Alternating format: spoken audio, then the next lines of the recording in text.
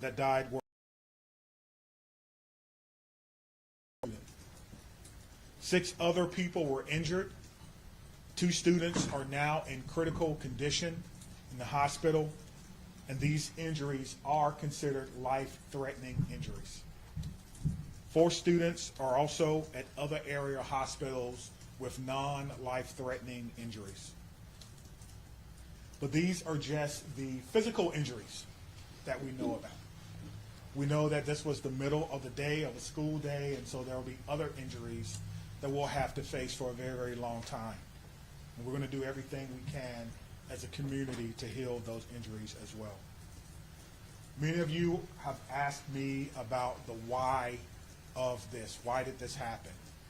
What do we know? What was the motivation? I do not know. But I will tell you this, our detectives are working hard in an investigative process to find out as many answers as we can so that we can further prevent these things from happening, not only in this community, but in other communities around our country. I think we can all agree that enough is enough. And we have to come together to do everything we can to support our students, to prevent press conferences like these from happening again and again and again. The school building itself is clear. We've cleared the school. There's no other threats or danger to the community. We're in the process now of what we call reunification. And what that simply means is making sure that every student that was in the school is present and accounted for and returned to their loved ones. This usually takes a while, but we have practiced, unfortunately, and practice, and that's why we're able to reunify students with their parents within hours of a school shooting. The reunification is taking place at the Dean Clinic on Stoughton Road, and I certainly thank them for their help. Again, we need our public to find an alternate route. If that is your normal way home as we get closer to the end of the day, please be patient or find another route home. We're currently processing the scene. We're interviewing those who may have been witnesses, and we're obtaining search warrants to get additional information. And lastly, I want to just say thank you to everyone who's standing behind me, the organizations and agencies that they represent, the men and women of the Madison Police Department and Dane County Sheriff's Office who selflessly ran into a building not knowing what they were going to encounter. Many of you know this about me, but I started my professional career, if you will, as a public school teacher back in 1997. And I taught public school for 4 years. It was one of the greatest joys of my life before becoming a police officer. And I can tell you what a special place our schools are. With that being said, we owe it to our community to do everything possible to ensure that it's not only a special place, but a safe place as well. And we're going to continue to do that. So we ask for your patience as information is coming in.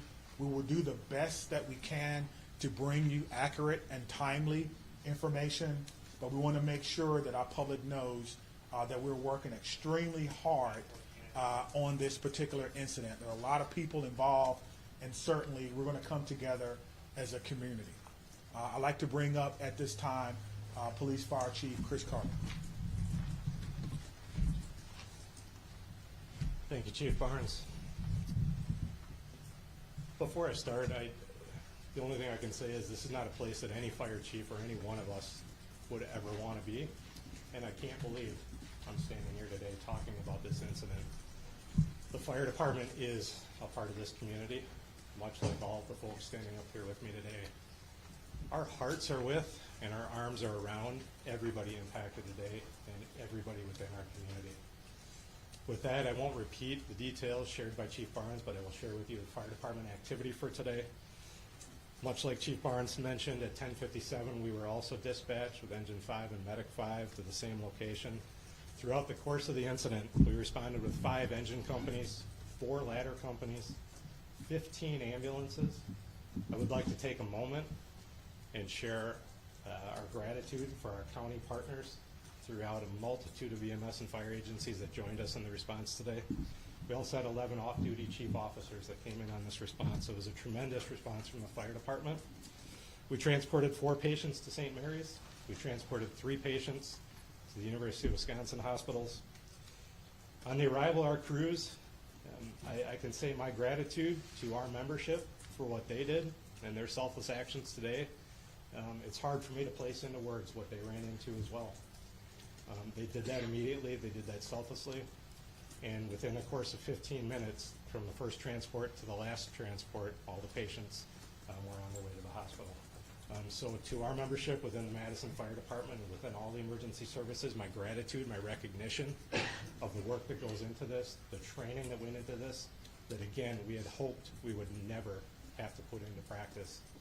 One more time on behalf of the Madison Fire Department, our hearts are with you, our arms are around you, and we will be with you throughout the duration of this. So at this point, I'll step aside, turn it over to the mayor. Thank you, Chiefs, both of you. This is an incredibly sad day for our community. As you've heard, there is no danger to the community at this time, but our entire community has been impacted by this tragic incident.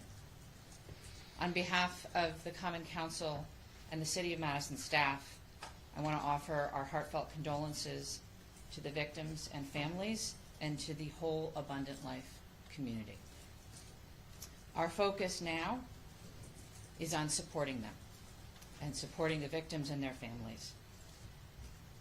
And we will continue to do that through the coming days and weeks. I also want to thank our first responders, the police, fire, the medical staff, for their quick action and their life-saving efforts.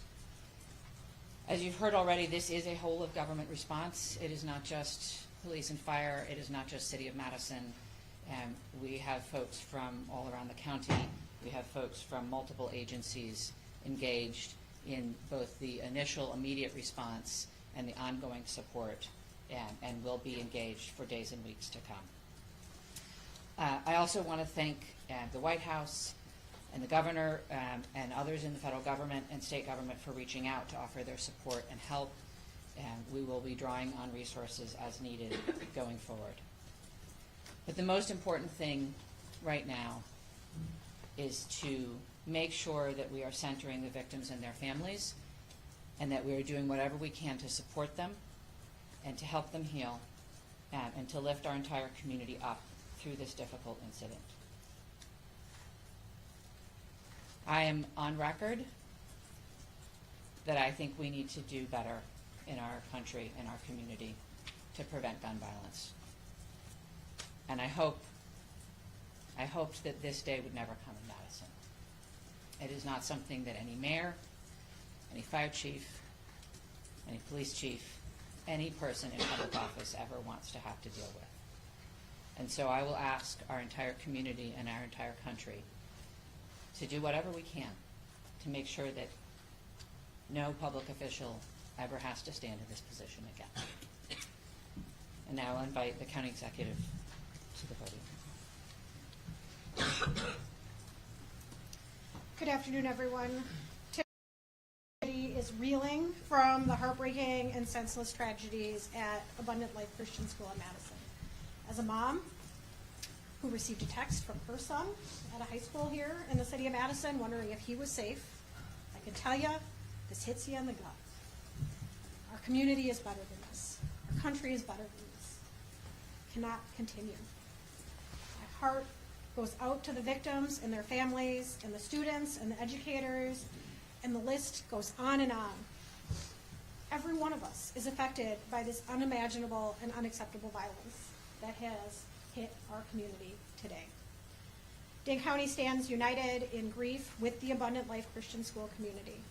The Sheriff's Department, the Department of Emergency Management, Department of Human Services have all been on the front lines. My phone has been ringing from people across our state and our nation asking what it is that they can do to help our community. And right now, it is our time to be committed to supporting this school, these students, and these families, and our first responders who went into that building during this devastating time. We must work closely with our law enforcement officers and first responders, mental health professionals, community leaders, and policymakers to ensure that we are taking care of one another. No community should ever have to endure such a tragedy. And my administration is going to do everything that it can to provide assistance to those who have experienced this devastating loss, and also do everything that we can to prevent such tragedy from occurring. To all of those who are grieving in our community, please know that you're not alone. Dane County stands with you. We're here to support you in any way possible. Please reach out and ask for help. The governor's office, as well as the mayor's office, and I will continue to update the public as we learn more. But please understand, there are many things that we cannot share with you right now. This is an active investigation. This is an active case. The SSM Health Clinic near the intersection of Buckeye Road and Stoughton Road is the reunification center. I know that that has been out, but we need to make sure that folks know where it is that they can go to be reunited with their children. Again, in the coming days, we are going to make sure that we are supporting those that have been most impacted by this. But folks, reach out, ask for help. This does not need to be the reality of our community. Thank you. All right, let's start over here with questions. Just raise your Tell hands. us, how did this unfold? Give us a bit of timeline, how you all this Sure. We received a call at approximately 10:57 a.m. Someone from the school called 911 to report that there was an active shooter. That means something different to us, obviously. There's different protocols that go out, tone alerts even, so that even if officers are busy doing other things, they respond. One of the things that I do want to note is that our training center is about 3 miles from there.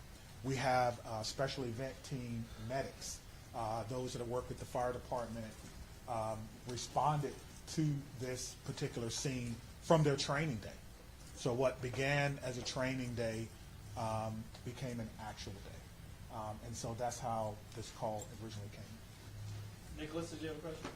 What can you tell us, if anything, more about the shooter and what their motivations were, or have you made contact with their family members? Anything updated on that? Sure, there's nothing new that I can tell you about the shooter at this time. Again, as difficult as today is, that's still someone's child that's gone. That's still someone that has to deal with what happened today. And so we want to make sure that we can ensure as much cooperation as we can. You asked me about why, as I stated before.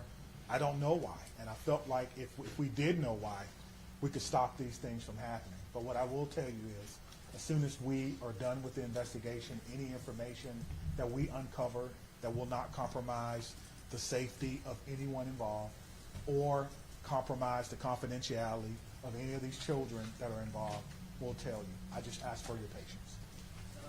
All right, over there. Sorry. Go right ahead. We know it was a handgun.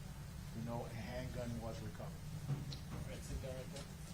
Was the shooting confined to one classroom, or did it spread out? We know it was confined to one space. I do not know if it was a classroom or a hallway. One of the things that we've gotten very good at, certainly different from in my day, is that if you do not need to be in a crime scene, you do not need to go to a crime scene. And so the crime scene and those persons who were involved, they have that crime scene locked down. I did not go or enter into that crime scene. But if you can imagine, most schools, the students go together, but they are segregated. So on each different floor, in each different group. And so there's no evidence that anyone else was injured that was not in that age group. Danielle? What can you say at this time about how school staff responded?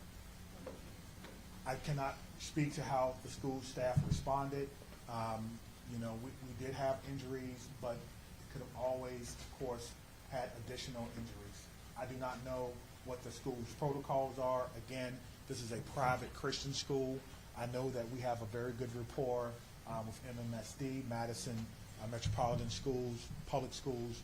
So we have done trainings for them before, but I would assume that most of the teachers have the same or some similar type of training as a part of their certification. There's conflicting reports online about how many students are enrolled at the school. Can you confirm approximately how many students? I do not know how many students attend the school, but their website says that they serve about 200 families. Right in the back, white.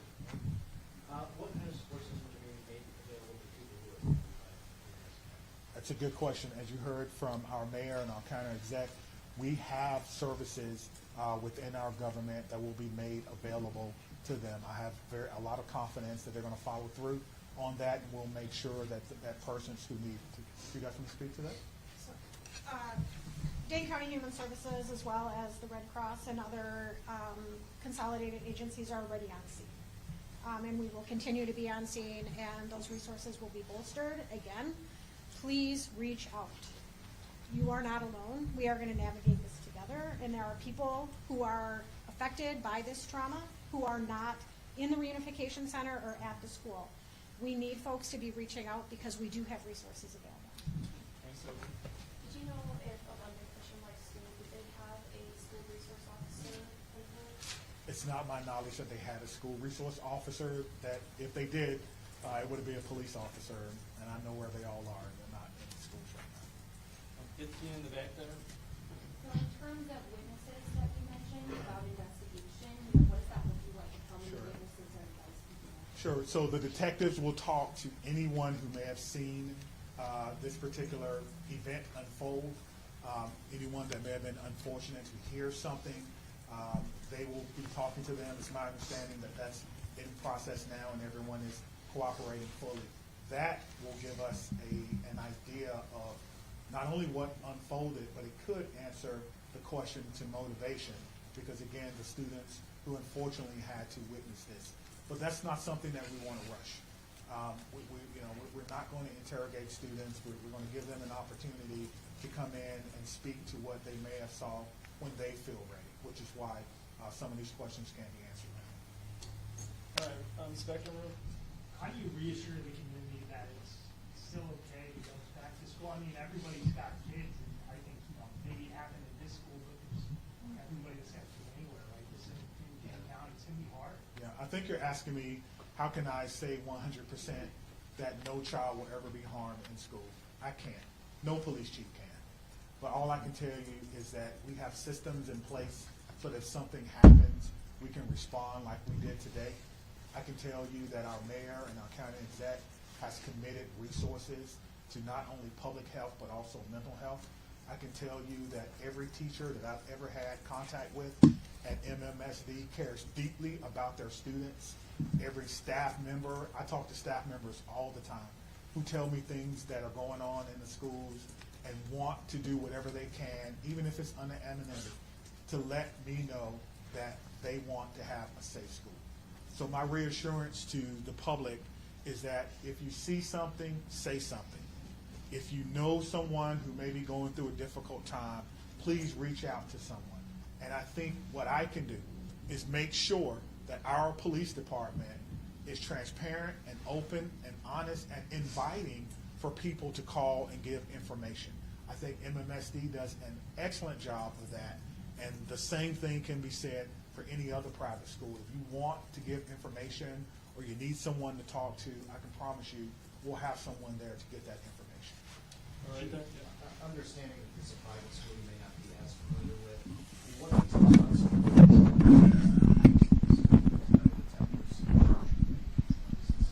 Yeah, that's a good question. I've never been in this school, unfortunately.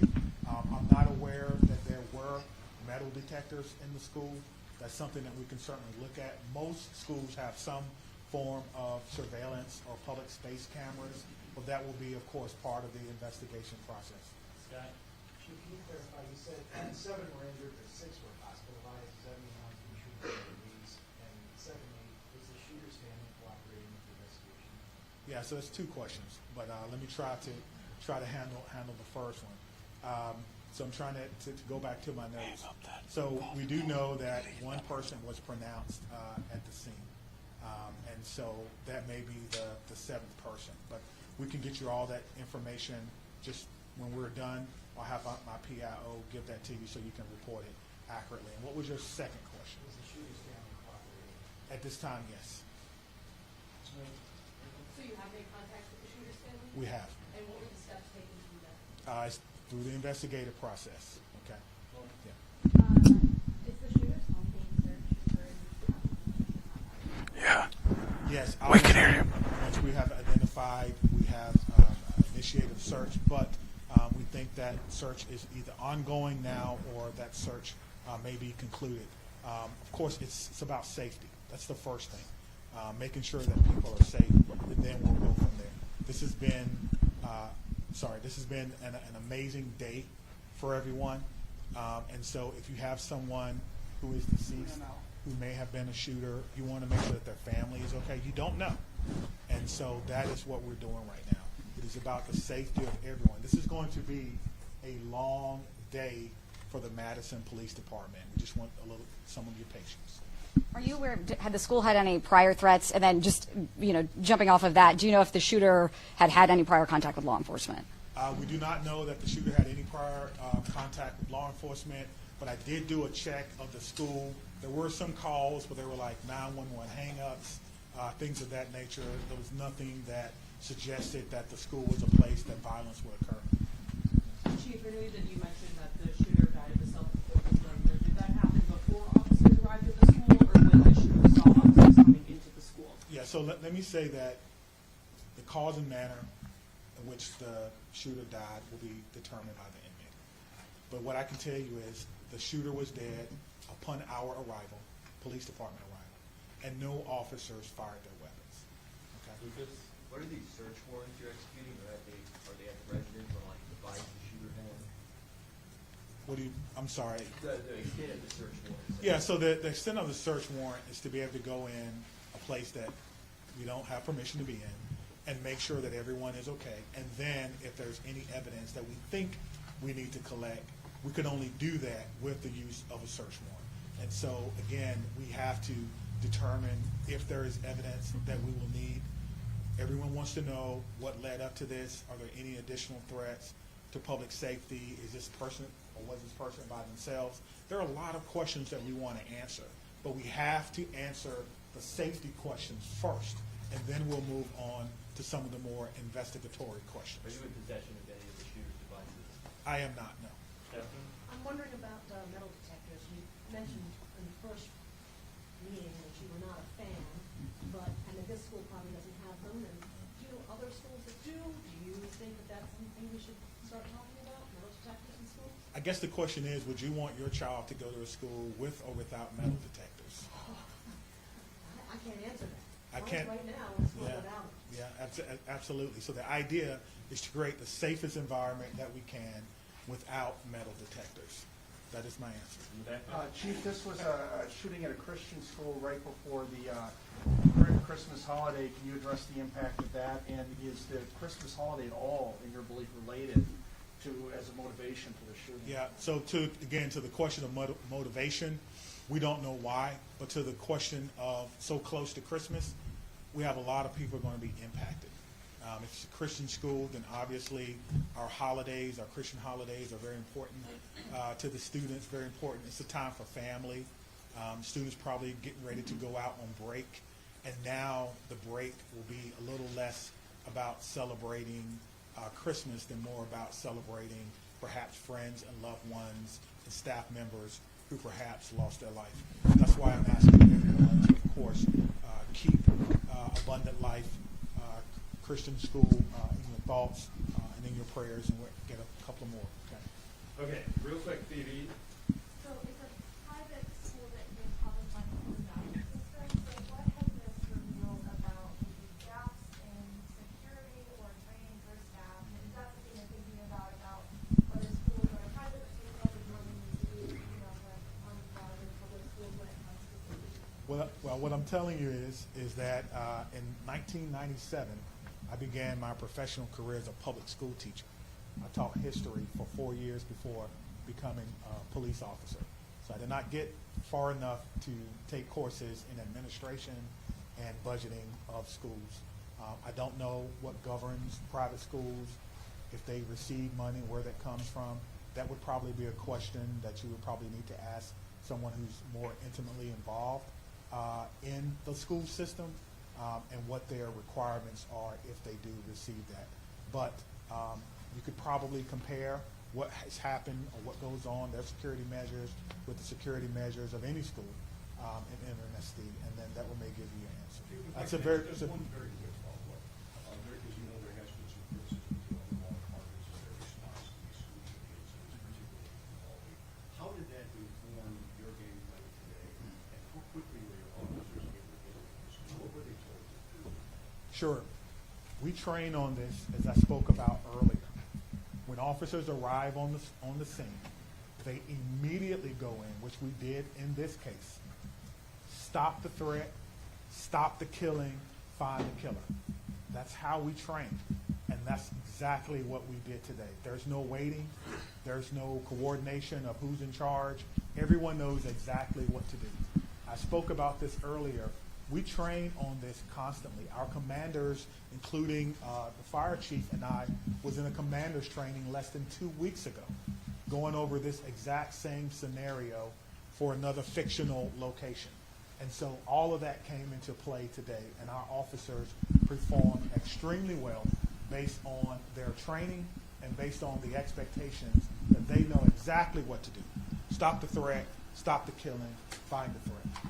Chief, was the, Can we just do one more? what was the, Whether this was a current student? hold on, right here, right here. Thank you, all. Yeah. I think the questions have been asked, and we're straying a little far from what's most important at this point in time, and that is the victims and their families. I have 3 things to add. First of all, there is a lot that our community can and will do in the coming days to support the victims and their families, and we will have more information at future briefings.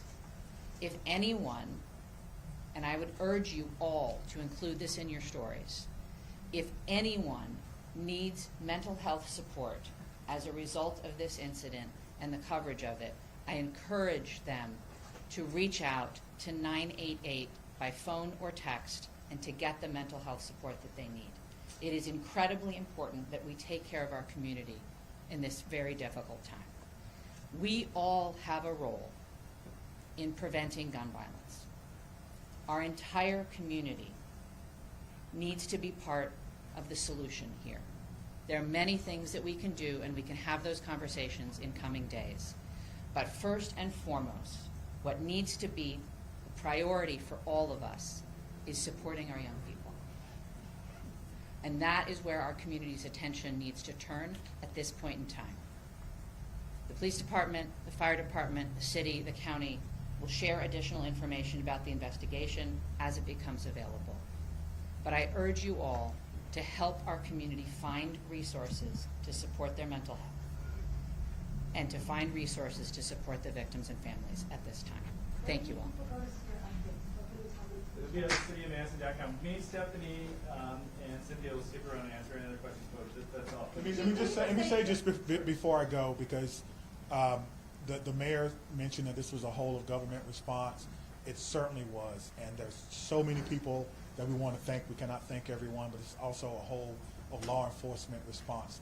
Even though we are in different agencies, we all have the same training, and so I want to thank our partners with the FBI who are here with me today, partners with the ATF, Dane County Emergency Management. Of course, we already talked about our fire department.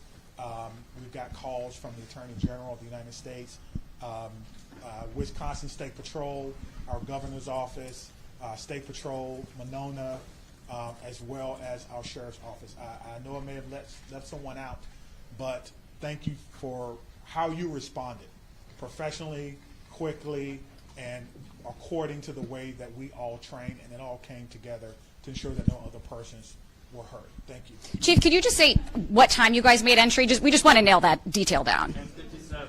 That's the time you made entry. Sorry, in 1 minute?